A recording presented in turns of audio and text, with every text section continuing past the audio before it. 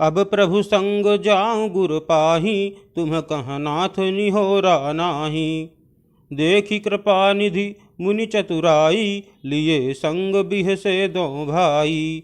अर्थात अब मैं भी प्रभु आपके साथ गुरु जी के पास चलता हूँ, इसमें है नाथ आप पर मेरा कोई एहसान नहीं है। मुनि की चतुरता देखकर कृपा के भंडार श्री राम जी ने उनको साथ ले लिया और दोनों भाई हंसने लगे। पंथ कहत निज भगति अनूपा, मुनि आश्रम पहुँचे सुर भूपा। तुरत सुतीक्षण गुरु पहि गयऊ, करि दंडवत कहत अस भयऊ। अर्थात रास्ते में अपनी अनुपम भक्ति का वर्णन करते हुए देवताओं के राजराजेश्वर श्री राम जी अगस्त मुनि के आश्रम पर पहुँचे। सुतीक्ष्ण तुरंत ही गुरु अगस्त जी के पास गए और दंडवत करके ऐसा कहने लगे। नाथ कौशलाधीश कुमारा, आए मिलन जगत आधारा।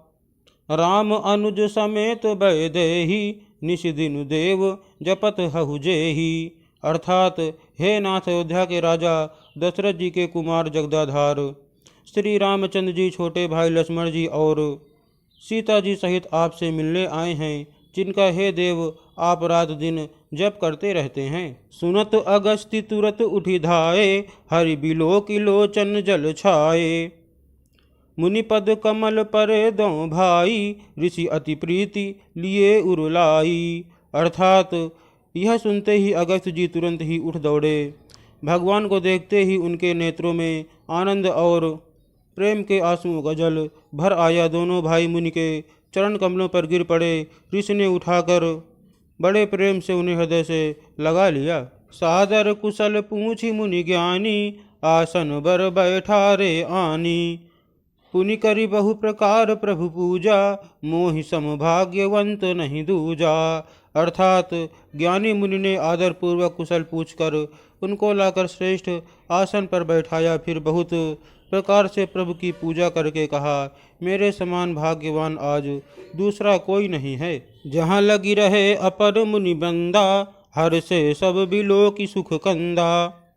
अर्थात वहाँ जहाँ तक जितने भी अन्य मुनिगण थे, सभी आनंद कंद श्री राम जी के दर्शन करके हर्षित हो गए। मुनि समूह मह बैठे, सन्मुख सबकी ओर।